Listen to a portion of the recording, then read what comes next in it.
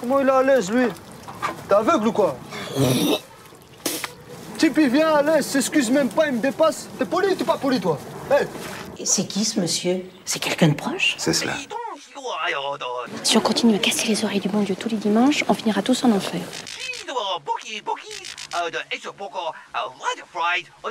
Et pour la musique, hein? Qu'est-ce que vous allez faire? Ah bah pour la musique, rien.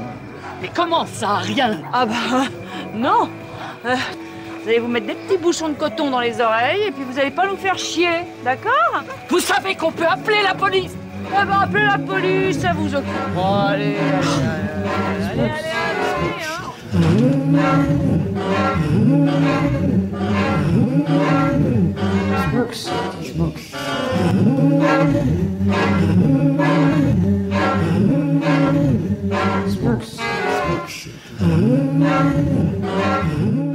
Allô, allô, bonjour, bonjour, ici Smoke City, l'émission dans le brouillard pour les petits débrouillardiseurs.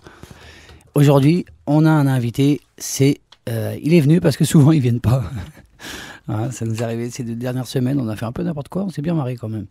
Donc aujourd'hui, on a un invité intéressant, c'est Serge Oru du WWF. Vous êtes le président français, c'est ça? Le directeur. Le directeur, ouais, c'est bon, d'accord. Avec qui on va parler. Le président, c'est Daniel Richard, c'est un super mec. D'accord, certainement. Avec qui on va parler surtout du ton, hein, parce que c'est l'actualité d'aujourd'hui. Et puis on va quand même. Moi, j'aurais envie qu'on parle aussi quand même du WWF dans l'histoire de son action et ainsi de suite. Et puis là, comme j'ai oublié ma playlist, je suis parti de chez moi précipitamment, j'ai oublié tous les disques que j'avais préparés. Et pour une fois, on va passer que du Mano Solo, parce que Mano Solo, c'est un artiste que j'aime bien. Et même que je crois même que c'est le meilleur chanteur français. Vous aussi, mais ça tombe bien. Il me plaît bien, ouais. Donc on va dire que c'est la playlist de l'invité qui a choisi le grand artiste Mano Solo, grand chanteur devant l'éternel. On va écouter les petits carrés blancs.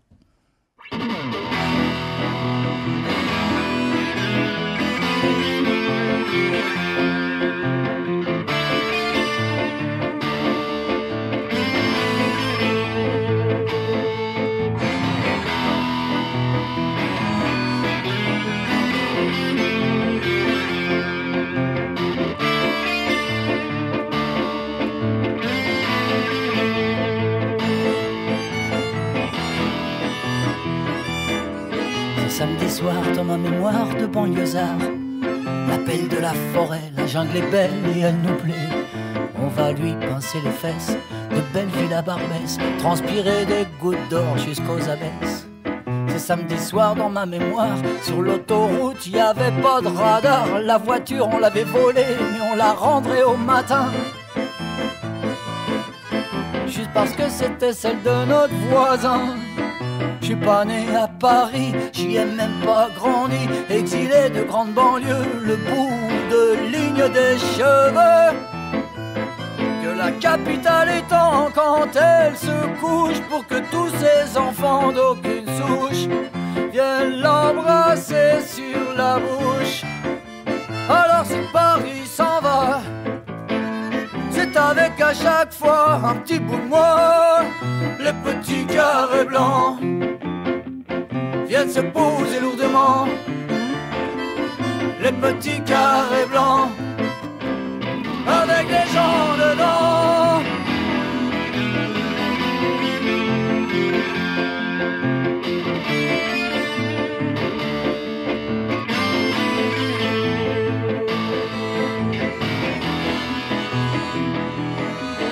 Des rafales de fenêtres pour murer ce qui a pu être. Je n'ai plus 20 ans et la ville en a 1000. Elle ne tiendra plus longtemps sous ce bombardement. Les petits carrés blancs jettent le présent dans le souvenir. Ils ne sont que les fausses dents d'une ville qui fait semblant de sourire. Mais tout est comme ça, à chacun de nos pas. Paris se dévore et ce qui renaît n'existe pas pour nous. Enfants de n'importe où, de toute la France ou de Tombouctou. Ce dimanche matin dans ma mémoire, c'est le soleil qui se lève sur mon histoire.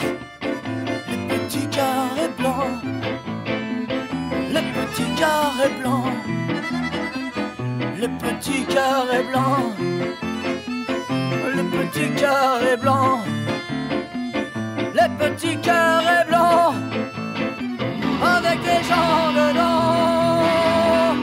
Allez!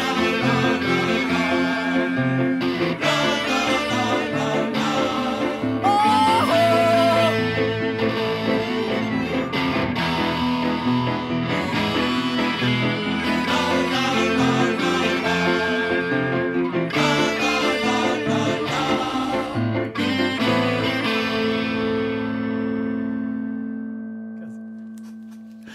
Bon, on parlait de complètement autre chose là, parce que Serge Rue organise le Festival du Vent en Corse, qui est un festival réputé.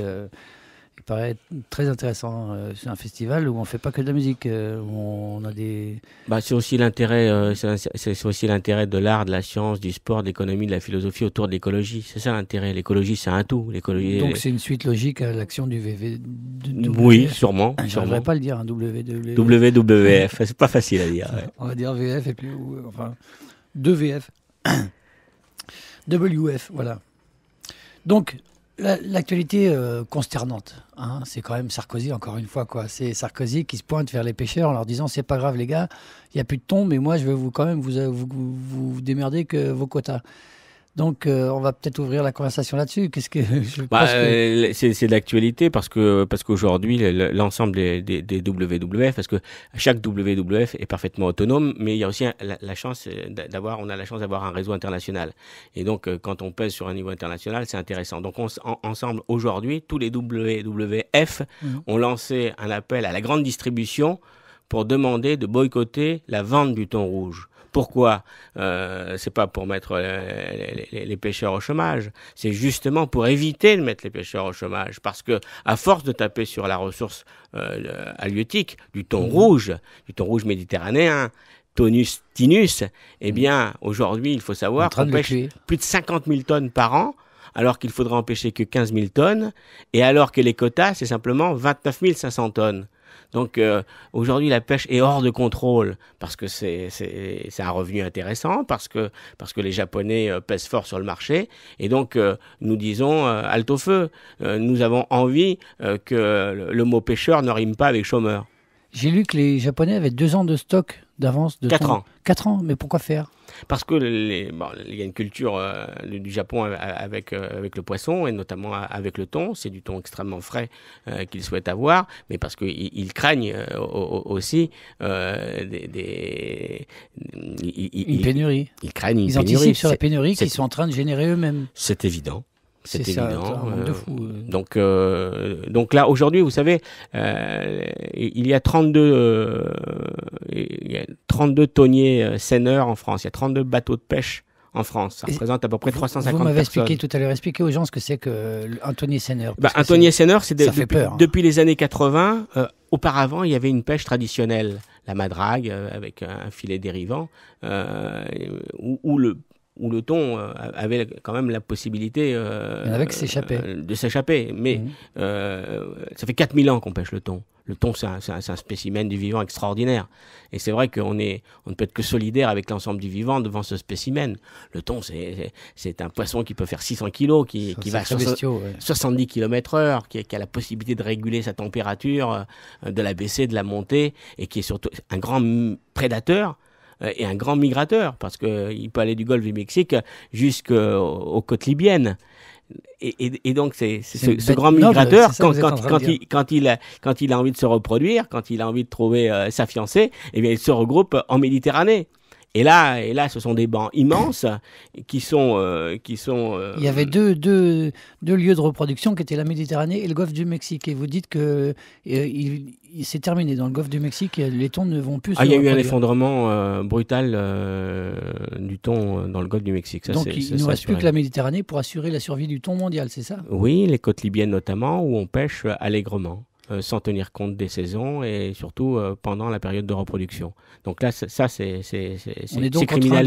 criminel de faire cela, parce que les scientifiques les plus optimistes disent que le thon rouge, il y en a pour 10 ans, et nous, que nous suivons ça très près, avec des études scientifiques, notamment une étude scientifique espagnole qui est sortie au mois de juin 2006, où là, on a démontré qu'il y a risque d'effondrement du thon. Comme cela s'est passé au large de Terre-Neuve pour la morue. Ou lorsqu'on disait dans les débuts des années 90, attention à la réserve halieutique, bientôt il y aura effondrement.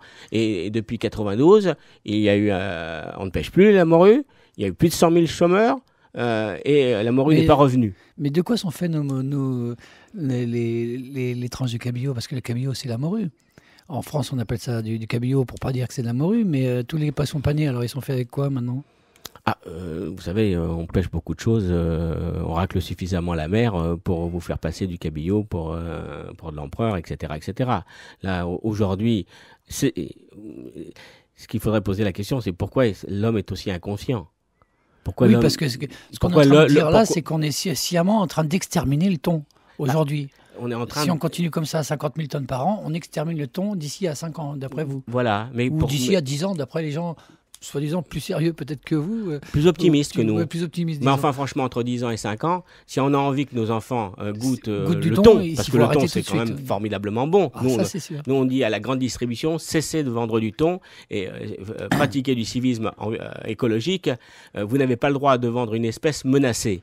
Donc, mais on ne dit pas de cesser de vendre du thon ad vitam aeternam. Ce qu'on souhaite, c'est calmons-nous. Calmons-nous. Ce qu'on souhaite, c'est qu'il y ait un moratoire pendant 3 ans, que le stock de thon puisse se reconstituer et que d'ici 3 ans, on puisse empêcher simplement 15 000 tonnes. 3 ans de reproduction, ça suffirait? On pense que ça suffit. Mais et si on n'empêche que 15 000 tonnes sous contrôle, parce qu'il faut bien contrôler cela, parce que, vous savez, on a vérifié qu'il y a des tonniers italiens qui déversaient encore des thons en septembre, octobre, sur l'île de Malte, par exemple. Ou aussi, on peut mentir en disant que c'est du thon obèse, ou toute autre sorte de poisson. Donc, le WWF est solidaire avec l'ensemble du vivant. Mais je pourrais vous parler des abeilles. Pourquoi il y a un effondrement des colonies d'abeilles? C'est la même chose. On va dire que c'est parce qu'il y a un virus, parce que c'est à cause des insecticides, des pesticides. Mais en fait, si le vivant est menacé, il est menacé à cause de nos modes de production et de consommation. Donc il faut se poser la question. Alors la question, c'est pourquoi l'homme est aussi inconscient. Si l'écologie, c'est simplement rêver des petites fleurs, des animaux, prendre une douche à la place du bain, eh bien continuons jusqu'au désastre. L'écologie, c'est le tout. C'est global. C'est un ensemble. Mais justement, alors ce Grenelle, là, il en est sorti justement que des mesurettes à la con, comme ça, un petit peu de réduction sur les voitures polluantes et des trucs qui font plaisir plus aux industriels que véritablement révolutionnaires et qui on n'a pas eu l'impression d'une véritable prise de conscience à la suite de Grenelle de l'environnement. Moi qui n'ai pas vraiment suivi l'affaire, j'ai pas du tout été interpellé en tant que citoyen lambda par une nouvelle vision de l'écologie et du développement durable de la société. Nous, on a été à l'initiative, donc pas simplement que le WWF, mais on avait créé l'Alliance pour la planète avec Greenpeace, les Amis de la Terre, le CNID, plus de 80 associations. On a créé ça en mars 2006. On n'a pas créé une fédération, mais on a créé une coalition, parce qu'à plusieurs, on est plus intelligent. C'est intéressant, l'intelligence collective. Il ne suffit pas que de le dire. Donc, c'est pas si simple que ça de bosser ensemble, mais c'est intéressant, c'est passionnant. Et puis, franchement, on défend la même cause. On est tous d'accord à 95%. Après, c'est des histoires territoriales. Chacun a ses canons, chacun a son identité. Mais ça vaut le coup de travailler ensemble. Et sur Grenelle, il a été provoqué parce qu'on a noté les programmes politiques des candidats. Et Nicolas Sarkozy avait la plus mauvaise note, une des plus mauvaises notes, 8,50. Et je crois qu'il a voulu reprendre la main dans une réunion que nous avions avec lui, avec Nicolas Hulot, avec l'ensemble des ONG présentes. Et là, c'était une idée de l'Alliance pour la planète, d'une association qui s'appelle Écologistes sans frontières, parce qu'on travaille sur différents ateliers. Et outre la notation des partis politiques, on avait une proposition de créer un Grenelle de l'écologie. Grenelle parce que c'était un rapport de force intéressant en mai 68, où moi je me souviens, j'avais une tata, ma tata Mathilde de l'époque, elle était femme de ménage, elle est passée de 700 francs de l'époque à 1400 francs. J'ai le souvenir de ça, je vous en parle avec émotion parce qu'elle me payait mes cours de judo. Donc merci Grenelle. Donc le Grenelle de l'écologie, Nicolas Sarkozy, il faut le reconnaître, il a tenu parole, il a dit qu'il allait l'organiser, il a organisé. Maintenant, est-ce que, je dirais, la montagne va accoucher d'une souris? Espérons d'abord que la souris soit verte. Et ensuite, soyons clairs, il y a eu beaucoup d'avancées. Mais maintenant, on rentre dans une phase, je dirais, de guérilla écologique. On rentre dans une phase Stalingrad, où il va falloir convaincre, prendre, je dirais, les consciences, les étages, les quartiers, maison par maison. Parce que l'écologie ne doit pas appartenir simplement qu'aux ONG, aussi compétentes soient-elles. L'écologie doit appartenir à chacun d'entre nous parce que c'est la défense du vivant. C'est facile à dire, mais quand est-ce que... C'est la recherche du sens du monde. Moi, je me demande pourquoi ce Grenelle n'a pas mis l'État en face de ses responsabilités. Pourquoi on n'est pas en train d'étudier le reversement des travailleurs du nucléaire, par exemple, dans des filières du solaire? Pourquoi vous n'avez pas demandé des crédits alloués à toutes les énergies solaires et non polluantes et tout ça? Pourquoi tout ça, c'est pas sur papier? Oui, mais ça aurait été ça la vraie victoire, parce que demander aux citoyens tout le temps de faire ce qu'il n'a pas les moyens de faire, c'est pas assez... La vraie victoire, c'est quand on va pouvoir demander à tous les décideurs, quels qu'ils soient, que ce soit un décideur économique, que ce soit un décideur politique, on va élire des maires prochainement, les députés, les sénateurs, eh bien qu'ils puissent aider justement à inventer cette nouvelle civilisation. Parce que le monde dans lequel on est nous emmène à l'extinction du vivant. Donc comment, puisqu'on va vers cela, comment on réfléchit à une autre civilisation? C'est ça que c'est intéressant. Donc le Grenelle est un point de départ. C'est pas le citoyen qui va la mener, cette transformation. C'est quand même, sans l'aide de l'État, le citoyen, il peut que être en fin de la chaîne et faire moins pire à son niveau, mais c'est tout ce qu'il peut faire le citoyen aujourd'hui. Si on n'a pas mis en œuvre véritablement des politiques véritables, des attributions de budget véritables, des décisions prises véritablement, et ne pas dire il faudra qu'on promeuve et qu'on reste toujours dans un conditionnel et dans le futur. C'est-à-dire que comme ce Grenelle, le spectre écologique ou le spectre environnemental, il est tellement vaste.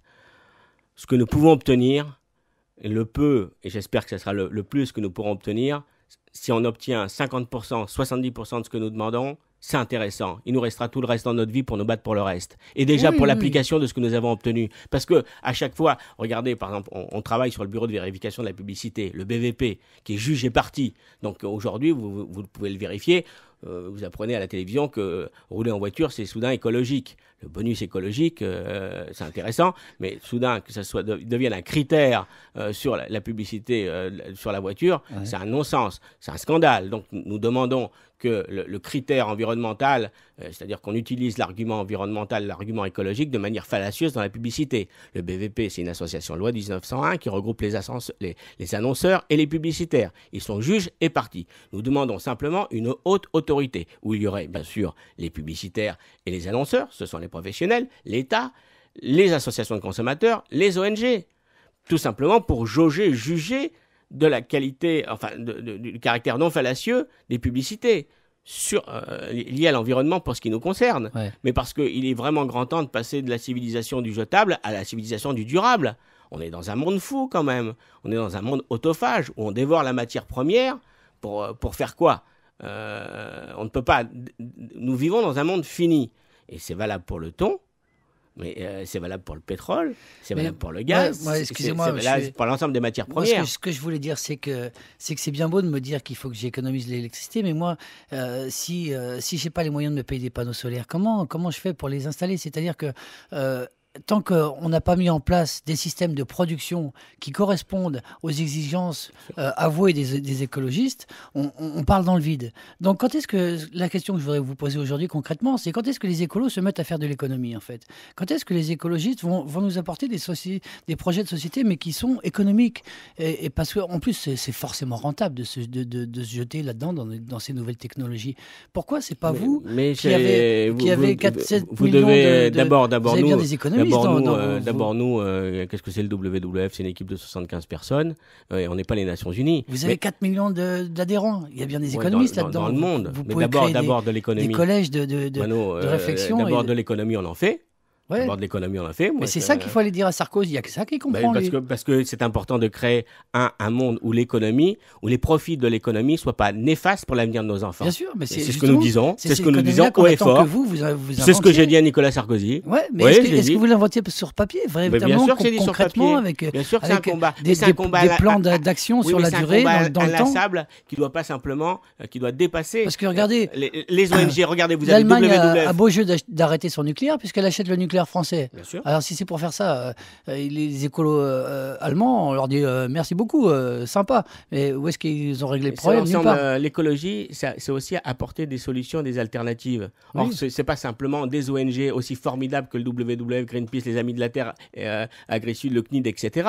C'est l'ensemble d'une société qui doit inventer son devenir, son avenir. Et c'est pas simplement, ne comptez pas simplement que sur nous. Nous déjà, on se bat nuit et jour, et depuis des années. Le WWF a 35 ans. La critique que je suis en train de vous faire, c'est que moi, je vous connais depuis que je suis tout petit. Je me souviens avoir été dans un parc du WWF quand j'étais môme, que j'avais 5 ou 10 ans. Donc, vous existez depuis au moins 40 ans. 35 ans. 35 ans, voilà, c'est ça. 35 ans. Vous voyez, donc, ça fait 35 ans que vous dénoncez. Quand est-ce que vous allez enfin construire finalement, puisque vous êtes au parfum, il n'y a personne d'autre qui est au mieux au parfum que vous, qui avait autant réfléchi. D'abord, je pense que l'on construit.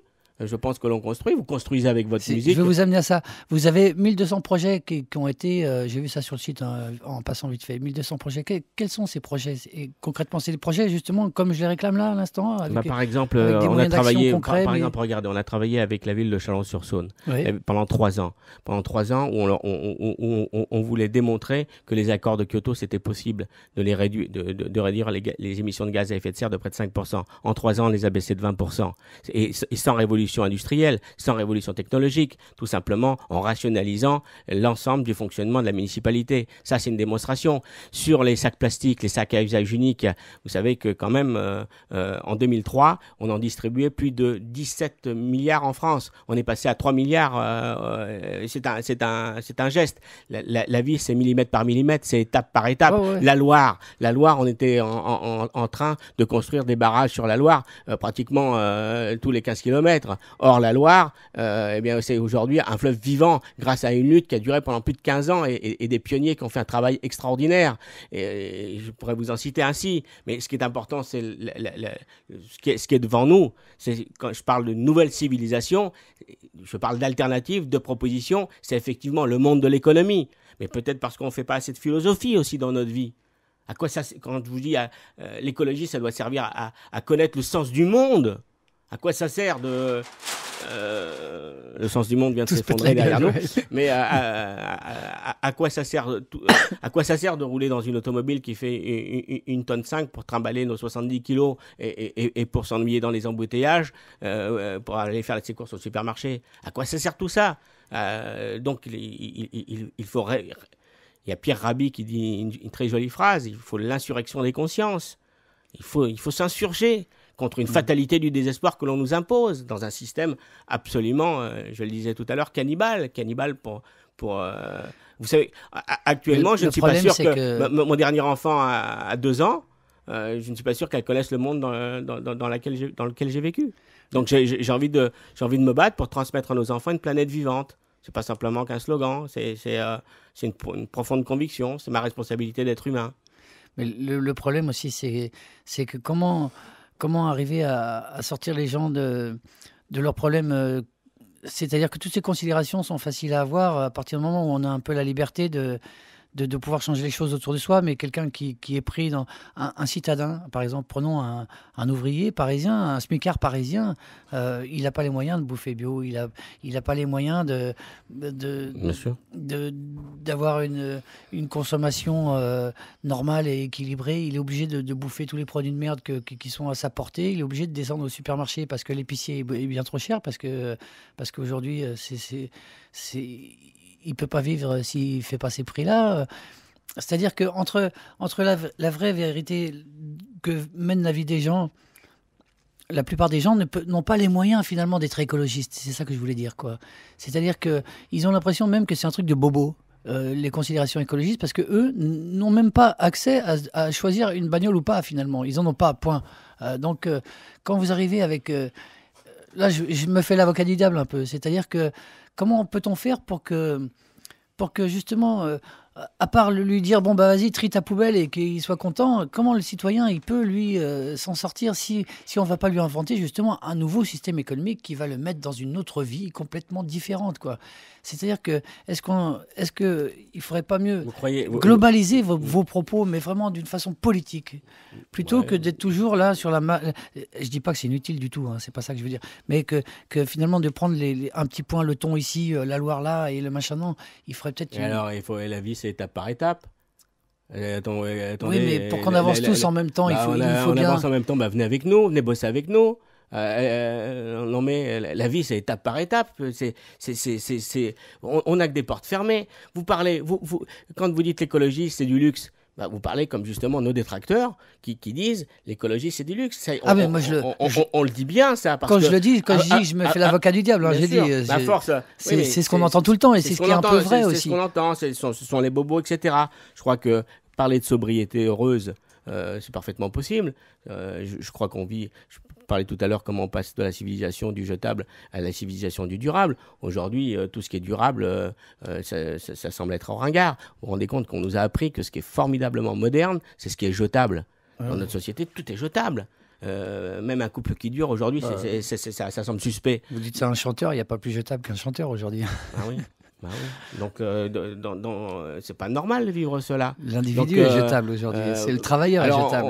On va simplement écouter justement cette fatalité qui nous dit vous êtes cela et pas autrement. Moi, je crois qu'il est possible. Moi, je crois en l'improbable. Je crois en l'improbable dans une société. Je pense qu'il faut créer Je parlais tout à l'heure d'intelligence collective. Il faut se regrouper. Si les artistes sont pas engagés dans ce combat écologique. Bien sûr, vous allez me dire, oui, aux États-Unis, ils font ci et ça. Mais regardez, par exemple, en France, les artistes, ou en Europe, les artistes sont très peu engagés dans ce combat-là. Pourquoi ? Et parce que peut-être on n'a pas donné les bonnes passerelles, peut-être qu'on a été trop moralisateur, peut-être qu'on a parlé trop justement techniquement de nos combats. Je suis d'accord avec vous, moi, il n'y a pas de solution technique à un problème politique. C'est un vrai problème politique, notre vie économique, notre système éducatif. C'est vrai qu'il faut réfléchir, c'est vrai qu'il faut construire cela. Mais on ne peut pas du jour au lendemain décider d'une autre manière. Dans notre époque qui est en panne d'idéologie, comment on enraye un système ? Comment on fait que les paysans qui ont dû après-guerre utiliser beaucoup d'intrants, beaucoup d'engrais, beaucoup de pesticides pour accroître la productivité et la production alimentaire dans notre pays ? Comment on fait aujourd'hui pour les convaincre qu'il ne faut pas utiliser de pesticides ? Parce que les pesticides, c'est pas bon pour notre santé, c'est pas bon pour ce que nous mangeons, c'est pas bon pour ce que nous buvons. Rendez-vous compte, les Indiens à l'époque, les Amérindiens, moi j'étais passionné, c'est peut-être cela qui m'a donné le goût de ce combat écologique. Quand j'étais minot, j'adorais lire ce qu'ils ont dit. Et déjà à l'époque, ils disaient que nous, les hommes blancs, nous allions menacer la terre, l'eau, l'air. Comment ils ont deviné cela ? Et nous sommes franchement arrivés à leur conviction profonde. Aujourd'hui, notre planète, nous la menaçons par notre mode de production et de consommation, qui que nous soyons. Parce que vous parlez tout à l'heure de l'ouvrier, mais le Chinois, l'Indien, l'Indonésien, qui aujourd'hui déforeste sa forêt pour planter du palmier à huile, parce que le palmier à huile, c'est rentable, etc. Et du soja. Etc. Donc, comment faire pour vaincre cela, pour vaincre justement cette fatalité du désespoir ? Bon, on vient de me dire qu'il faut absolument qu'on passe un morceau de musique. Allons-y. Parce que les gens décrochent si on parle trop longtemps. Alors, on va écouter un jeune chanteur que j'adore, moi, que c'est mon chanteur préféré, il s'appelle Mano Solo. Et aujourd'hui, on va lui consacrer l'émission d'ailleurs. Hein. La playlist est entièrement consacrée à ce chanteur magnifique, je dois dire, et très talentueux. Je le trouve très mignon en plus. Je trouve qu'il écrit super bien et qu'il chante super bien, qu'il a une super voix et qu'il bouge super bien sur scène, enfin, etc. Vas-y, lance le truc, parce que sinon...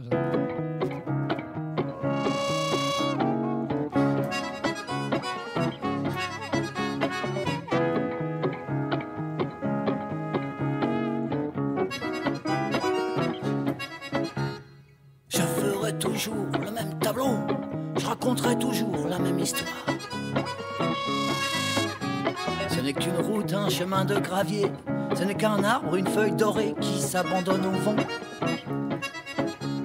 Une branche anges et de mes anges, déposant leur vive lumière jusqu'à la fin des temps. Des fils d'argent feront voyager le vent. J'aurai autant de sentiments qu'il y a eu de printemps. Je ferai toujours le même tableau, je raconterai toujours la même histoire. Mais il n'est pas de saison muette, je suis un arbre qui se déshabille. Tout nu devant l'hiver, quand je rigole, je me fendille. Et je reste debout, ce n'est qu'une plaine comme le dos d'un chien qu'un vent musclé vient balayer. C'est un soleil de plomb qui viendra tout brûler. C'est un rapace sur son poteau qui attend son déjeuner.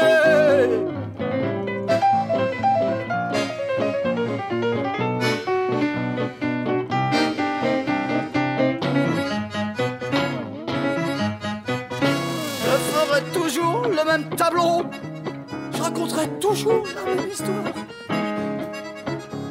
Des étés de sécheresse à boire de l'encre noire, c'est la chaîne d'un Hercule de foie, la balançoire d'une vie qui pousse en silence, qui continue quand tout recommence. Pour chaque vie un enfant nouveau. Je ferai toujours le même tableau, je raconterai toujours la même histoire. Toutes les couleurs de la nature d'un homme n'ont pas deux fois la même chaleur. Et je suis là, j'écarte les bras pour qu'elle se pose sur moi. Tous ces mots à la recherche du beau, pollen d'épines dans un poème de Rameau. Je ferai toujours le même tableau, je raconterai toujours la même histoire.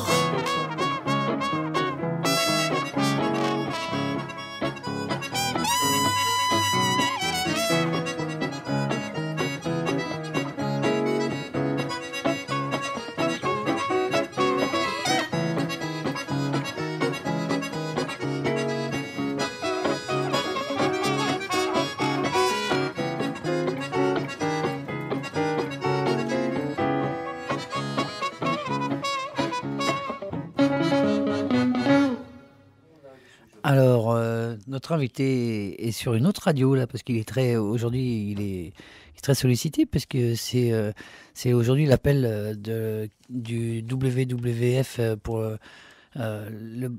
ils appellent ils appellent la grande distribution au boycott du thon rouge. Je sais qu'on peut déjà dire que Auchan a accepté. Auchan ne vend plus de thon rouge parce que Auchan a décidé d'être conscient de ce qu'il foutait. On va saluer Auchan. Moi, c'est pas une marque que j'apprécie spécialement en général, mais au moins, là, sur ce coup-là, c'est bizarre qu'il n'y ait pas le mec de chez Leclerc qui soit précipité pour se faire de la pub à peu de frais, finalement. Bon, j'espère qu'il va revenir, mon invité, parce que là, je meuble avec la petite info que j'avais. On va écouter un super chanteur. Alors, tu connais Laurent Faye qui vient d'arriver. On peut peut-être dire aussi que la semaine prochaine, ça va être très intéressant aussi, comme aujourd'hui, parce qu'on va recevoir des gens, les chercheurs. On va parler de la recherche, Laurent. On va avoir avec nous des universitaires et ainsi de suite. Et tu vas voir que j'ai un peu étudié la situation et tu vas voir que c'est déprimant. Que Sarkozy, l'homme qui a réponse à tout, il veut rendre l'université compétitive. Tu vois, c'est-à-dire que et ça va être à elle de trouver leur financement dans le privé, c'est-à-dire que ils vont aller la chercher chez Bouygues par exemple ou chez Ron Poulenc, et puis après tu imagines bien les recherches qu'ils vont financer, quoi. C'est-à-dire que la recherche fondamentale, elle aura plus de grand intérêt parce que les mecs ils vont avoir des contrats à durée déterminée sur 3 ans, c'est-à-dire que tu vas être chercheur. Mais si tu n'auras pas de résultat au bout de 3 ans, tu dégages. C'est éliminé. Il s'imagine qu'on trouve quelque chose comme ça, quoi. Il s'imagine que si on avait dit ça à Einstein, il aurait trouvé la théorie de la relativité en se dépêchant, là, vite fait, en 3 ans, avant de se faire virer, quoi. Je suis sûr qu'on peut trouver une solution avec les nouveaux contrats, les CSDI. C'est comme un CES, mais à durée indéterminée. Voilà. Ça va être l'avenir, ça. C'est pour les chercheurs. C'est super. Je suis passé à Cité Non, je te parlais de la recherche, là, tu m'as écouté. Ah oui. Non, c'était pour faire le lien. Et, on dirait qu'il y a vachement de gens qui étudient. En fait, il y a surtout des gens qui prennent les transports. Voilà, c'est ce que j'ai pu remarquer ce soir en passant par là-bas. Et la recherche... Non, le pire, c'est qu'on manque pas d'étudiants dans l'histoire, justement. Non. On manque de place dans les...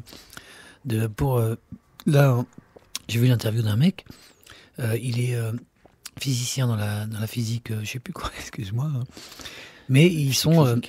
il m'a dit qu'ils étaient, je sais pas, plusieurs centaines. Et il y avait un poste de chercheur à promouvoir. C'est-à-dire qu'en France, aujourd'hui, pour s'occuper de la physique moléculaire, il y a un mec qui travaille dessus. Tu vas aller aux États-Unis, tu vas en trouver 3000 qui vont travailler là-dessus. En France, non, il y a un mec qui travaille là-dessus. C'est le responsable. Parce que c'est pas rentable dans 3 ans, tu vois. Évidemment. Voilà, donc c'est comme ça que Sarkozy veut faire venir les cerveaux en France. Enfin, ça, c'est le sujet de la semaine prochaine. Les mecs, ils vont en parler vachement mieux. Comme quoi, tu vois que j'ai travaillé mon. Ah ouais, mais je vois que t'as de l'avance. Hein, ouais, on essaye de faire ça mieux. D'ailleurs, tiens, il n'y a pas des gens qui voudraient nous appeler au téléphone, là, parce que moi, j'ai franchement l'impression de faire de la radio dans le vide la plupart du temps. Si quelqu'un pouvait m'appeler et me dire, Mano, je t'écoute de temps en temps, j'aime bien, ou là, vous pouvez même dire allô, monsieur. Ou même ta gueule, connard, dégage. Voilà. Je sais pas, moi. Mais dites un truc. C'est quoi le numéro? Tu le connais par cœur, le numéro? Ouais, 01. 01? Ouais. C'est la ligne directe. 42 29 29, c'est pas. C'est quoi? Putain, pourquoi il l'a enlevé? Avant, il était dans le studio, là. C'était pratique quand même. Je vois pas pourquoi ça a été enlevé. Il savait pas que nous. Tu peux pas nous le dire, le numéro là-bas? Ouais, d'accord, je vous le donne parce que c'est vous. Hein. C'est le 01 40 24 29 29. 01 40 24 29 29. Merci. Merci. On a un remplaçant parce que Laurent, il est arrivé à point d'heure. Ah oui, il travaillait aujourd'hui. Voilà. Bon, qu'est-ce qu'il fait notre client là? Parce que c'était intéressant notre émission là, avant qu'on parte. Il est en train il préfère Radio Bleu que. Je ne sens pas de taille à le remplacer. Hein. Que Radio Allègre. Je n'ai pas étudié le dossier pour le coup. Mais pourtant, toi, tu m'as l'air d'être un peu une espèce en voie de disparition aussi. Tu sais que le taux d'extinction est 1000 fois plus élevé aujourd'hui des espèces qu'il l'était dans les années 70. C'est-à-dire que la planète en permanence, elle a des espèces qui disparaissent. Ça, c'est quelque chose, c'est un phénomène normal qui existe depuis la naissance du monde. Sauf que le taux d'extinction et d'apparition d'espèces nouvelles et d'extinction d'espèces, il est 1000 fois supérieur depuis 30 ans qu'il n'a jamais été depuis l'histoire de la Terre à cause de nous, les hommes. C'est-à-dire que... C'est le même lien qu'avec le réchauffement climatique. On tue quasiment plus que la nature aujourd'hui, quoi. Tu vois, la nature, elle tue quand même pas mal de choses. Elle les fait naître, mais elle les tue juste après. Certaines tribus, c'est plus dur que d'autres. On tue presque autant que la nature. J'ai d'autres infos pour meubler. L'eau, par exemple, 25% de nos rivières, à nous, elles sont définitivement polluées. Mais c'est-à-dire à un degré qu'il faut 3000 ans pour que... On a atteint des summums. Et on a perdu 50% de nos zones humides aussi dans nos pays. C'est-à-dire que l'eau douce, c'est quelque chose de très préoccupant aussi. Bientôt, on n'en a plus. Le prix de l'eau a sérieusement augmenté d'ailleurs ces dernières années. Et ce que je voudrais bien voulu parler avec notre invité, mais il est parti. Hein? Bon, on me dit, vas-y, passe un disque. Tu n'aurais pas un disque de Mano Solo, par exemple? Si, tiens, j'ai un super chanteur qui s'appelle Mano Solo. Ouais, j'ai découvert il n'y a pas longtemps et il a des petites chansons sympathiques. Putain, des fois. T'es vraiment pas branché parce que c'est quand même. Ça fait longtemps qu'il est là. Hein. Ah bon? Ça fait longtemps que tout le monde le trouve que c'est super, quoi. Genre, il se fait aduler, tout ça? Ouais. Ah, il a plein de fans, ouais. Parce qu'il est super beau. Tu vois, il a un charme de fou. C'est possible. Ça. Et puis surtout, ses chansons, c'est les meilleures de la Terre. Je crois bien. Elles sont écrites avec quasiment un officiel, crayon. Sarko va lui filer une médaille. Mais il n'en voudra pas. Alors, vu ça, on écoute Le Repas. C'est un fan.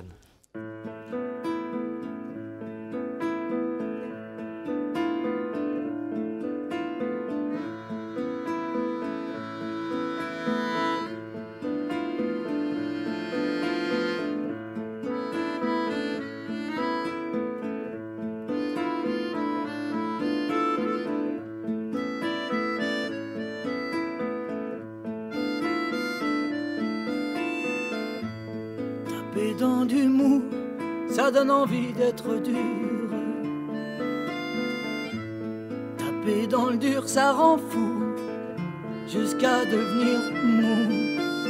Viens, quoi qu'il arrive, de bonheur en dérive, auront faim d'une rage de vivre. Et s'il est vraiment des anges, il se trimballe à moto, une tête de mort dans le dos. Et moi, je marche à pied, des traces de pas dans le béton. Il ne faut pas se tromper de bataille, il ne faut jamais se croire de taille. C'est quand tu ris que t'emportes la mitraille. C'est une flamme que tu voulais ranimer, et c'est toute ton âme qui va s'étouffer. Donne-moi, donne-moi, donne-moi peu à peu. Donne-moi, donne-moi, donne-moi tout ce que tu peux. Donne-moi comment tu fais pour tout donner sans rien attendre. Donne-moi même si je ne peux tout prendre, je feindrai de tout casser. Je n'aurai de cesse que de réclamer tes 1000 caresses et tes baisers. Donne-moi ton cœur, que je le pose là comme une fleur pour mon repas. Que je me repaisse de toi, pas à pas. Je suis là pour ça. Qu'est-ce que tu crois?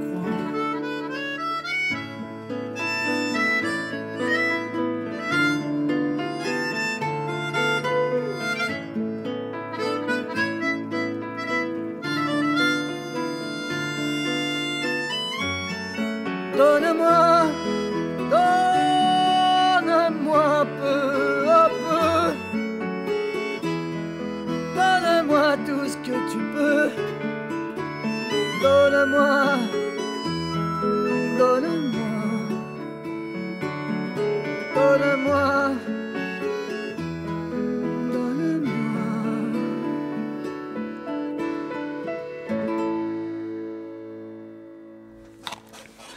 Ah voilà, on a bien meublé, hein, vous n'étiez pas là.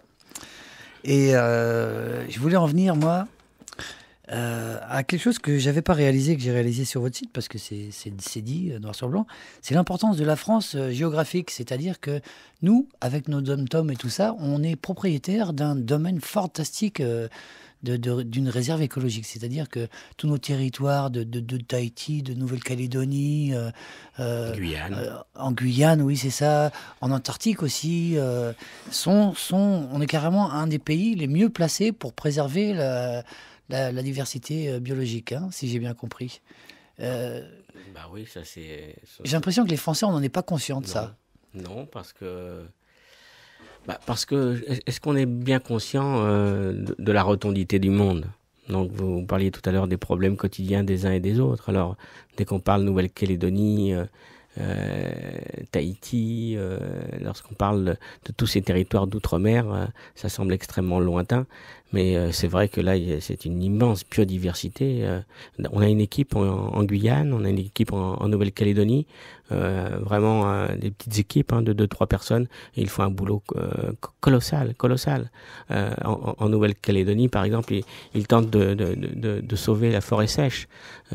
Vous savez, il y a des feux de forêt en Nouvelle-Calédonie qui détruisent l'ensemble des végétaux, et ce sont des siècles et des siècles de forêts entrelacées. Ce sont des forêts très basses et qui brûlent, et forcément ça peut générer peut-être des constructions immobilières.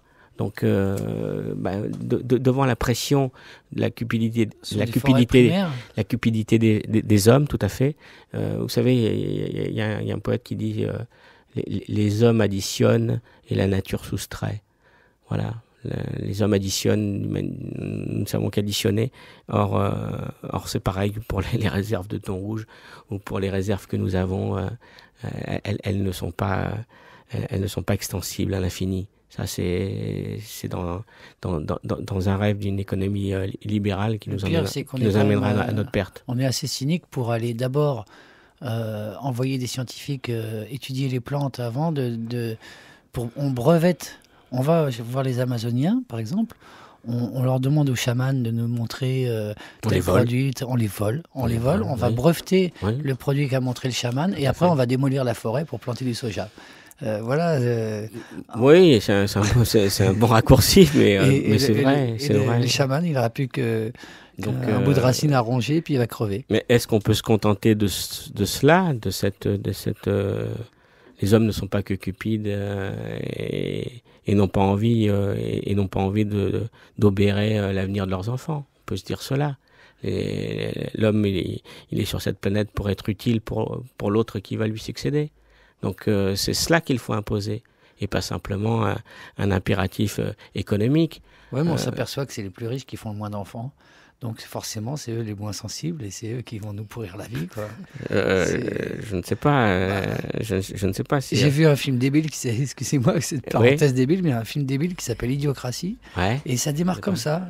Les gens intelligents font moins d'enfants, et les gros cons en font plein. Et on arrive dans un monde de cons. Mes parents ont fait 8 enfants, donc voilà, moi je suis issu d'une famille. Moi aussi, je suis le 5e. C'est pas mal. Moi je suis le 8e avec une sœur jumelle, donc c'est peut-être ça qui nous fait aimer la diversité. Parce que ce qui est formidable, c'est de défendre la biodiversité, la diversité humaine et la diversité culturelle. Ça va ensemble. On ne peut pas défendre la biodiversité si on ne défend pas la diversité humaine et la diversité culturelle. Et on ne peut pas défendre la diversité culturelle si on ne défend pas la biodiversité. Donc c'est ça le tout. Et je crois qu'il faut réenchanter le monde avec cette notion du tout. Alors lorsqu'on parle des territoires d'outre-mer, à l'autre bout du monde, parce que des fois il faut 24 heures de voyage en avion, pour y accéder. Donc la Terre, c'est une île dans l'infini de l'univers. C'est quelque chose de magique, vous vous rendez compte? On a oublié que c'était magique. On est sur un vaisseau spatial qui tourne à des milliers de kilomètres sur lui-même, qui tient avec une gravité étonnante. On fait la révolution autour du Soleil. C'est quand même un objet magique. Et notre vie, elle est fulgurante. Si on a la chance de vivre vieux, c'est fulgurant. Qu'est-ce que c'est 70 ans, 80 ans dans l'immensité, dans l'infini de l'univers? Rien du tout. C'est rien du tout. Donc, qu'est-ce qu'on peut inventer? La capacité d'un homme, c'est quand même pas son compte bancaire. C'est pas ça. C'est pas sa voiture. C'est comment? Selon Sarkozy, si, c'est le mérite. Le mérite récompensé. Oui, d'accord, mais à nous aussi d'inventer nos références. Oui, c'est ça. À nous aussi d'inventer l'avenir. C'est pas parce que souvent on est pris dans un système, on peut en inventer un autre. Moi, à l'école, je m'ennuyais énormément, et j'ai eu la chance un jour de tomber sur un prof de français qui m'emmenait avec elle, et c'était quelqu'un qui enseignait la méthode Freinet. Donc elle m'a appris à apprendre en m'amusant. Aujourd'hui, je me régale à apprendre, à découvrir beaucoup de choses, parce que lorsqu'on s'intéresse à l'écologie, chaque sujet, il faut beaucoup apprendre, parce que qu'est-ce qu'on peut raconter comme bêtises? Donc il faut justement, par exemple, un jeune étudiant là qui nous écouterait, qui vous écouterait, qui se dirait: ce type a raison, je m'engage. Qu'est-ce qu'il peut faire là aujourd'hui pour imaginons un jeune étudiant parisien qui n'est pas fortuné, qu'est-ce qu'il peut faire pour s'engager, pour sauver la planète, soit tout seul, soit avec le WWF ou avec d'autres? Qu'est-ce que vous lui proposez, s'il vous contacte, par exemple? D'abord qu'il s'engage. D'abord, vous avez raison, il faut s'engager. Oui, mais justement, ça veut dire quoi? D'abord, il faut s'engager dans une association, apporter ce qu'on sait faire, et pas simplement apporter ses compétences. Ses compétences. Si on a envie d'avoir un travail, si on a envie d'aider une association, quelle qu'elle soit, les grosses, les petites ou les moyennes, ou aussi on peut créer la sienne. Parce que quelquefois, on sent qu'il y a une injustice, on sent que dans la ville d'à côté, on est en train de créer un incinérateur. Vous vous rendez compte, il y a 138 incinérateurs en France. On est en train de brûler nos matières premières, et alors qu'on est dans un monde fini, pour brûler quoi? C'est-à-dire avec notre plastique, le papier, pour brûler nos déchets de cuisine qui contiennent 60% d'eau. Un incinérateur, c'est coûteux, c'est cher et c'est polluant, et ça ne crée pas d'emploi. Si on fait de la valorisation du déchet, d'ailleurs, il faudrait peut-être supprimer le mot déchet, la sémantique. Faudrait peut-être, c'est une matière valorisable, ce sont des produits valorisables. Donc, si on arrive à faire du compost, si on arrive à utiliser le papier pour en faire du recyclé, si tout ce qui concerne les métaux, etc., etc. C'est-à-dire valoriser l'ensemble de nos déchets, on peut le faire à plus de 70%. Et ça, la valorisation des déchets, c'est au moins 100 emplois, alors que pour un incinérateur, c'est 10 emplois. Et puis bon... Pourquoi Sarko ne vous écoute pas quand vous dites ça ? Ça paraît tellement logique. Parce que quand j'ai dit ça, parce qu'il pense que la France est sous-équipée en matière d'incinérateur. Voilà, c'est ma réponse. Et moi, je lui ai demandé. Il a des potes je lui ai demandé dans le business. Je lui ai demandé simplement 1 heure pour tenter de le convaincre. Et quand ce jour arrivera, je tenterai de le convaincre. C'est prétentieux ce que je dis, mais franchement, avec nos arguments, vous savez, il y a le CNID. N'empêche, ça doit être l'enfer, votre vie, parce que c'est tellement des évidences. Enfin, vous êtes comme tous les gens que je reçois ici. Pour moi, tout ce qu'on me dit, ça me paraît une évidence de vérité, de bon sens. Il n'y a pas que dans l'écologie, il y a aussi dans la vie politique, dans le logement, par exemple. Quand on reçoit des gens du logement qui nous disent qu'il y a 40 000 logements sur Paris qui sont vides et que tu as autant de gens dehors, bon, il y a des évidences qu'on ne comprend pas. Comment on passe toute une vie dans des évidences qui ne sont pas comprises ou qui ne veulent pas être écoutées ou qui sont écoutées que pour faire bien devant la presse ou pour un Grenelle qu'on va oublier ou à nous de ne pas. Vous sentez un peu curé ou non. C'est votre passion qui vous dirige.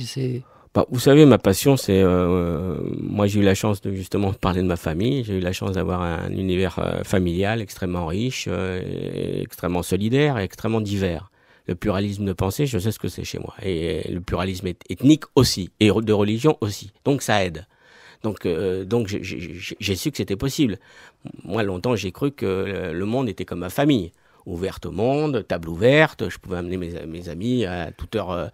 Ma mère était d'une immense générosité. Et mon père, à table, mon père était communiste. Et à table, il y avait des discussions avec mes beaux-frères qui n'étaient pas forcément communistes, qui étaient ou socialistes ou de droite, etc.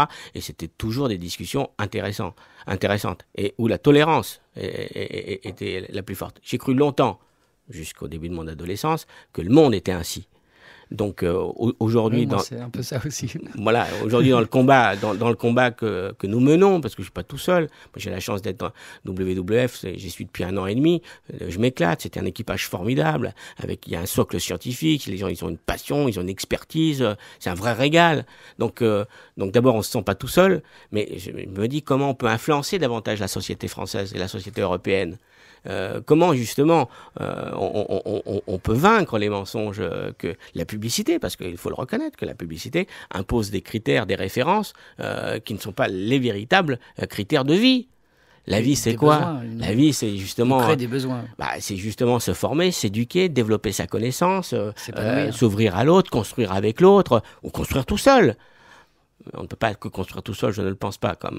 Mais des fois, il faut fuir aussi les autres. On a aussi besoin de se retrouver.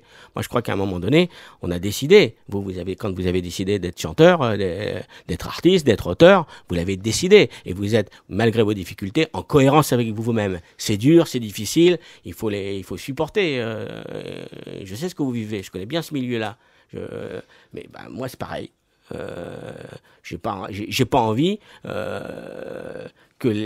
j'ai pas envie de donner raison à ceux qui ont envie de détruire notre planète. J'ai pas envie de cela. Ouais. Donc c'est un combat et j'ai à apprendre de tous, et y compris de Nicolas Sarkozy, parce que ce qui m'intéresse parce que c'est un président de la République, c'est pas rien, mais le précédent ou le précédent à chaque fois, c'est pas simplement eux qui doivent dicter de l'avenir de notre pays. On leur confie une mission et ils doivent la réaliser de bonne façon. Si on n'est pas content, on vote autrement. Il faut impérativement aussi se mêler de la vie. Il ne faut pas simplement déléguer au président de la République, aux députés, aux sénateurs, aux délégués syndicaux, aux professeurs. L'écologie est une histoire des citoyens et que c'est l'affaire de tous aussi. L'écologie, c'est la science de la maison, c'est la science de la terre. Et donc, là, il y a la philosophie, il y a l'économie, etc. C'est le tout. Et donc, il faut se préoccuper du tout. Comment se préoccuper d'écologie sans se préoccuper des rapports entre le Nord et le Sud ? Comment se préoccuper d'écologie sans connaître le sort des paysans ? Ce qu'ils vivent, c'est hyper difficile. Mais justement, ne trouvez pas que les partis écolos ne sont pas assez politisés, justement ? Moi, je crois surtout que les politiques ne sont pas assez écologisés. Ouais. Je crois surtout ça. C'est comme. Parce que j'ai jamais entendu parler Voynet du tiers-monde. Bizarrement. Si, enfin, mais c'est quand même pas son cheval de bataille, quoi. C'est pas par là qu'elle explique aux gens l'intérêt d'une. Non, franchement, je l'ai déjà entendu. Non, je l'ai vraiment, franchement, entendu. C'est peut-être un peu pas mauvaise langue, mais. Bah oui, parce que c'est tellement facile de se moquer des Verts, parce que les Verts, on dit chamaille, etc. Mais vous savez, à l'UMP, au PC, au EPS, et même chez les écolos, on a une grande propension. Moi, j'ai grandi dans le journal La Gueule Verte, quand même, qui est un journal écolo de première. C'était avant que ça soit la mode. Hein. C'était des gens qu'on traitait de barbus et qui aujourd'hui disaient des choses il y a 30 ans qu'on répète aujourd'hui. Les mêmes choses, exactement.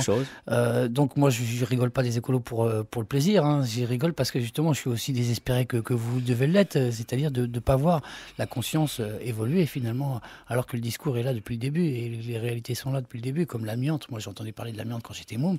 Aujourd'hui, on me dit ah bah oui, c'est dangereux, alors qu'on le savait il y a 40 ans. Le plomb, enfin bon. Le tabac et autres. Donc on a toujours c'est-à-dire que lorsqu'on parle, lorsqu'on agit, on instille toujours le doute. C'est-à-dire qu'il y a le doute. Soudain, oui, mais ce que vous dites n'est pas sérieux, ce n'est pas scientifique. Ce que vous dites n'est pas sérieux, ce n'est pas économique. Ce que vous dites n'est pas sérieux parce que... c'est le nucléaire ou la bougie, on nous disait. Voilà. Eh bien non, on peut inventer une économie légère. On peut créer de l'emploi. Moi, j'ai envie que mon pays se développe harmonieusement. Et mon pays, c'est la terre. Voilà. Bon, bah, je crois que on m'a fait signe qu'il fallait absolument qu'on termine l'émission. Je crois que c'est la bonne conclusion. Je rappelle quand même que Auchan vous a suivi dans votre appel de boycott. Je l'ai déjà dit tout à l'heure, mais je veux le rappeler parce que je trouve ça bien. Alors autant, pour une fois qu'il y a des industriels qui vont dans le bon sens, autant leur faire un peu de... Pas de pub, mais de le dire au moins. Et puis j'aimerais que les autres suivent cette attitude courageuse. Je rappelle que c'est sur le boycott du thon. Du thon rouge. Et on appelle donc les gens à se calmer et arrêter de manger du thon, arrêter de manger des sushis, arrêter de manger du thon pendant au moins 3 ans, le temps que le thon il puisse niquer, convoler, tomber amoureux, rencontrer des meufs, sortir le soir et tout. Enfin voilà. Et grossir, profiter, s'épanouir et après revenir tout beau dans nos assiettes. Voilà, c'est beau, le vivant, il faut l'aimer et le respecter. Ouais. Serge Rue, à bientôt, un de ces 4. À bientôt, si vous avez quelque chose à dénoncer, la prochaine fois que vous avez envie de vous énerver, vous savez où vous adresser. L'adresse est bonne, merci. Allez, c'était Smoke City. À la semaine prochaine, tout le monde. La semaine prochaine, c'est La Recherche, avec des gens qui ont pas mal de malheurs aussi, qui sont peut-être une race en voie de disparition. Allez, ciao, c'était Smoke City.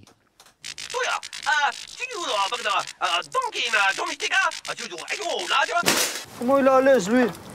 T'es aveugle ou quoi?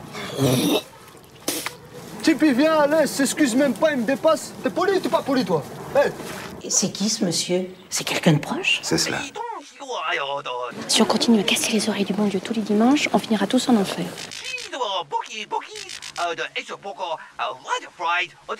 Et pour la musique, hein? Qu'est-ce que vous allez faire? Ah bah pour la musique, rien. Mais comment ça, rien? Ah bah non. Vous allez vous mettre des petits bouchons de coton dans les oreilles et puis vous allez pas nous faire chier, d'accord? Vous savez qu'on peut appeler la police? Eh ben appelez la police, ça vous occupe. Bon, allez, hein.